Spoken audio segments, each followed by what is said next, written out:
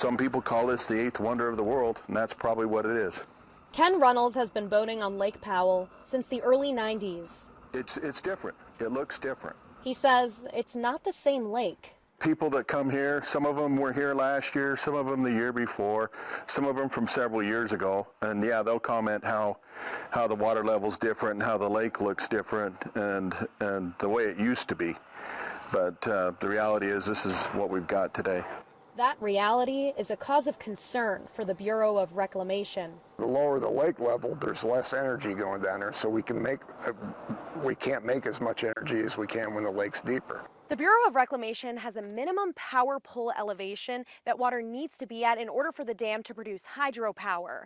Water needs to be at least 3,490 feet above sea level so the water can go above the pipes. Right now, levels are at 3,523 feet, which Levy says is dangerously low. How close are you then to not being able to produce power? We're about, I think, 27 feet away. That's pretty close. Yeah. He says the way we've been using this precious water resource is not sustainable.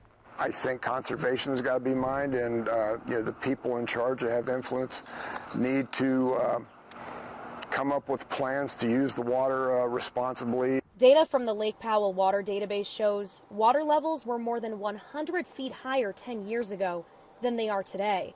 Even within the last year, water levels have dropped 45 feet. The biggest thing you notice when you're boating is scenery that you're used to seeing that was underwater is now above water, and you just got to watch. You got to watch for hazards in the lake that previously were underwater that haven't been marked yet this year.